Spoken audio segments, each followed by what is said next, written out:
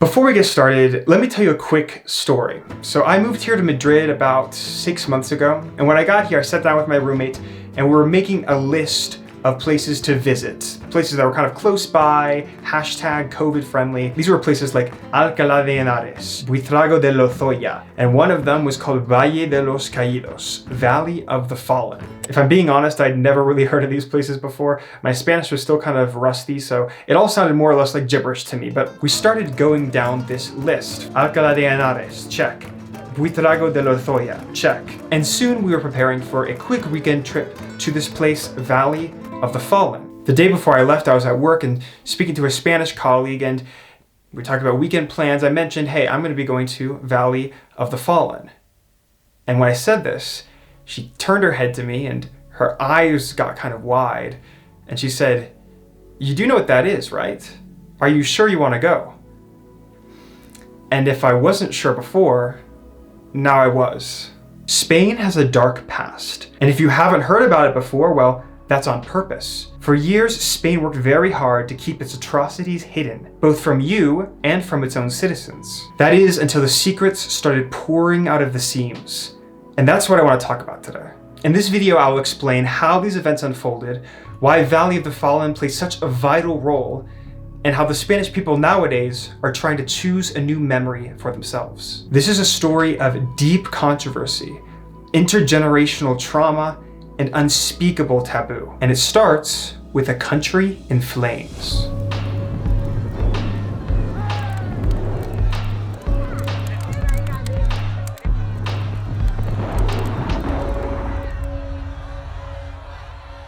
In 1936, Spain broke out into a nasty civil war. On one side, you had the Republicans. This has nothing to do with how we think of Republicans in America. People who supported a republic, aka they wanted to get rid of the monarchy and replace it with something else, be it socialism or communism or anarchism. Since the Roman Empire, Spain had almost always had a monarch. This was a huge part of national identity. Spain was just synonymous with monarchy. But in the years leading up to the Civil War, these Republicans had gotten into power and started changing a whole lot, basically doing 100 years of reforms in 2 years. But of course, not everyone was happy with this, which leads me to the other side of the war, the nationalists. Think make Spain great again. These were the elites and upper middle class who admired Spain's former empire and prestige. They wanted to revive a mythical Spanish past with strong Catholic values and a love for the monarchy. Spanish society was basically divided into these two groups, and both were fighting hard to ensure that the other didn't get more power. Now, I'll spare you the details, but what you gotta know is that this war was bloody and traumatic, not only for the people fighting, but for the idea of Spain as a nation. You know that painting where everyone is screaming and the bodies are all split in half and spread out everywhere? So Guernica, famously represented by Pablo Picasso, is a really important event during the Spanish Civil War because it was really a massacre that brought a lot of international outrage. Women and children were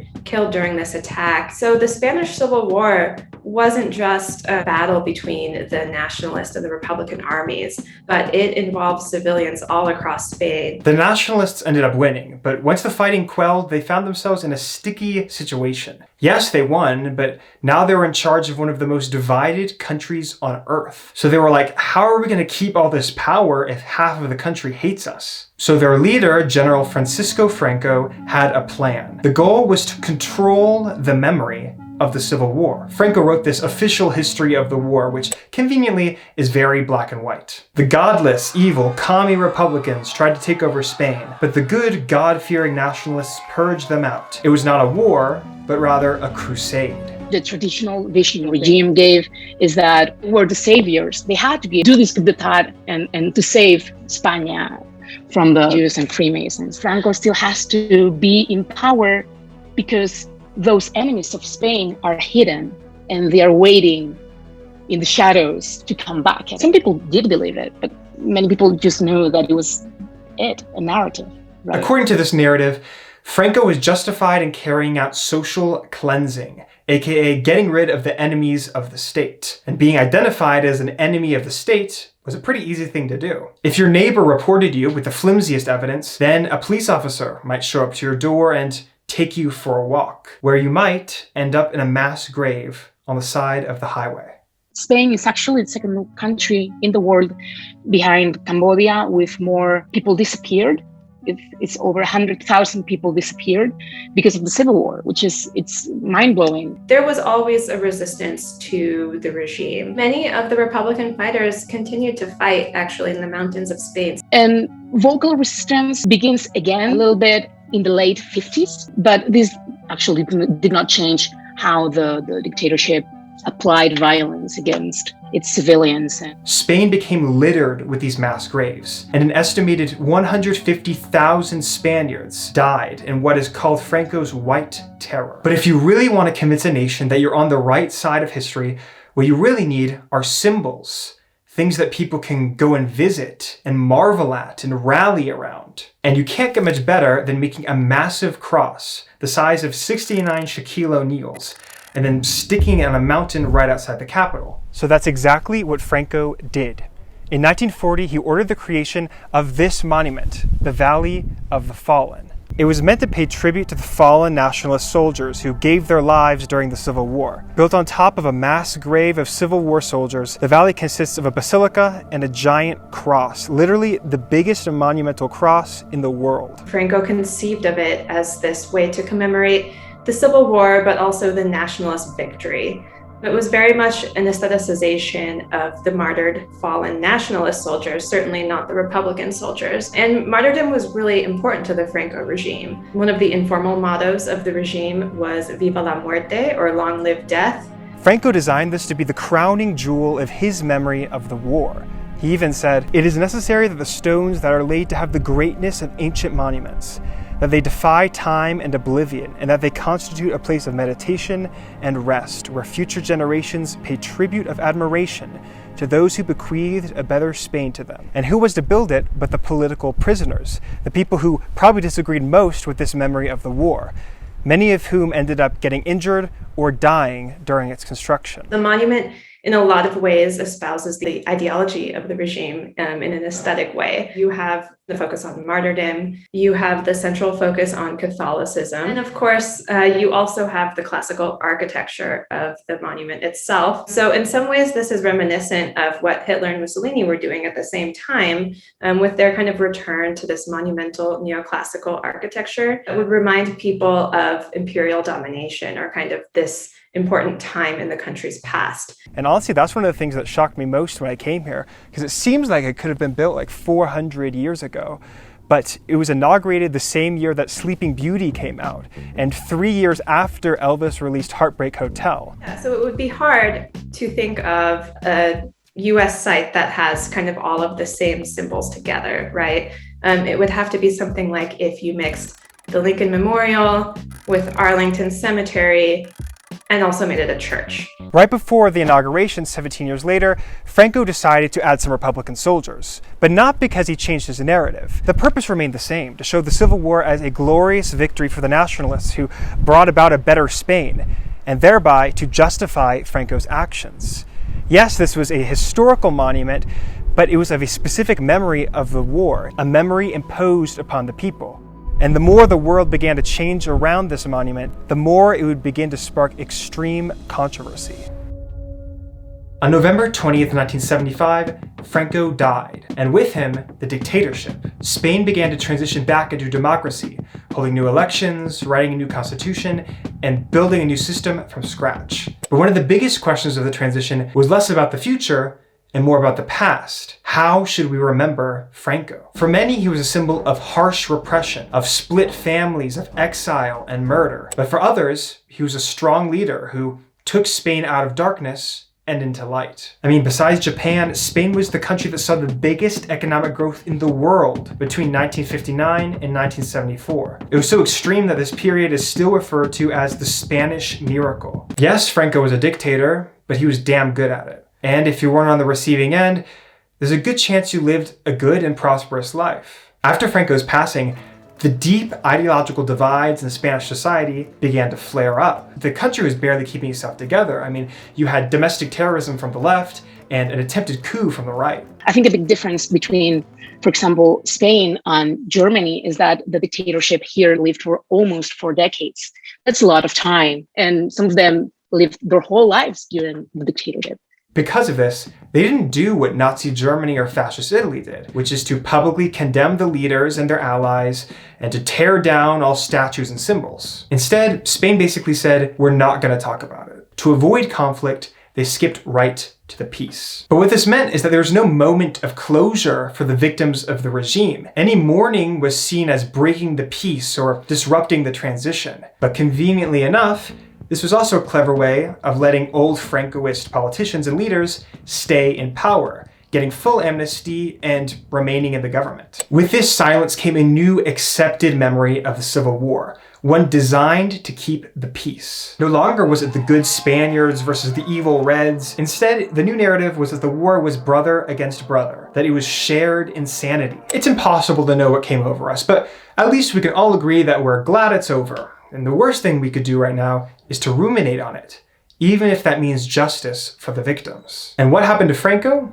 Well, his remains were sent nowhere other than Valley of the Fallen, alongside the martyrs of the Civil War, a decision that certainly would never cause any problems down the line. Spain chose to forget.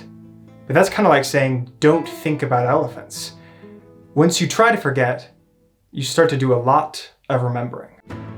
And why wouldn't you when your country is literally physically scarred by fascism? Right now I'm walking in Parque del Oeste, a park in the northern part of Madrid, and honestly it's one of my favorite parks in the world. A quick side note, the US really needs to step up its park game. I feel like most parks in the US are like a square block of grass with a rusty slide, and here parks are like... But yeah, this is one of the first places I saw when I came to Madrid for the first time, and I was shocked by the beauty and kind of the immersion of it all. And then I came across this. These giant cement cylinders just sitting in the middle of the park.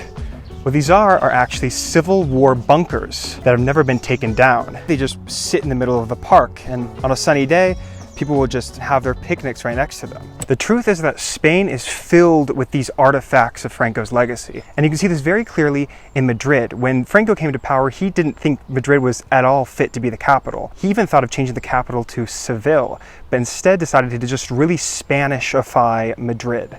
He made a giant victory arch made to commemorate the Francoist victory in Madrid during the Civil War. He even had the signature architectural style of brick, stone, and slate. But even these simple materials had a hidden meaning. According to fascist intellectual Ernesto Jiménez Caballero, the brick was meant to represent the submissive common people who needed to be controlled and structured by the slate, representing Spain's Aryan roots, and the stone, representing Spain's connection to the Roman Empire. With time, these buildings would go on to be known as rooftop bars and picnic spots and traffic circles, but they were undoubtedly marked by fascism. After all, these buildings were built to be a constant reminder of Franco, a symbolic extension of his power. And all of these examples are just from one neighborhood in one city, not mentioning all the statues, street names, monuments, memorials all across Spain, all plastered with Franco's legacy. But it was weird because they see this stuff every day of their lives, and their whole family history was affected by this guy as well. But it was completely taboo to bring this up in politics. And the same went with education. At the turn of the century, the newspaper El País asked the Spanish people if they remember learning literally anything about the Civil War or the dictatorship. And over a third of them said no. That's like not learning about World War II and the Cold War and the Civil Rights Movement. In private though, you could say whatever you wanted.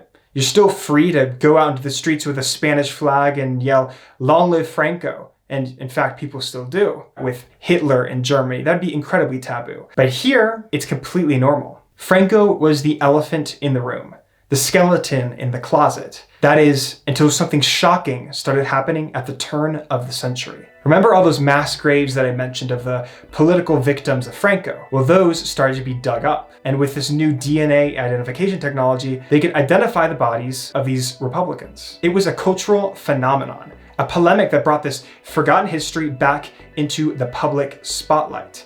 People started writing articles and memoirs and personal stories about their experiences during the Franco regime. There was a stream of movies and novels about the period, like Pan's Labyrinth. So basically, if the government wasn't going to acknowledge what happened, then the people would force their hand. And it worked. In 2007, Spain did what they had never done before, publicly recognized that they should deal with their history. They passed the historical memory law, meant to investigate what happened during Franco's regime and officially condemn the dictatorship. This began a whole new wave of historical memory. I can only really start to talk about it here, but they started, changing street names and tearing down statues. And it truly was impressive, especially given how taboo it was to even talk about this 10 years prior. But soon, this movement for historical memory would reach its biggest hurdle. The one monument to Franco that shone above all others, his grave at Valle of the Fallen. Pretty much every city in Spain had their own little marks and artifacts of Franco's legacy, but none were so big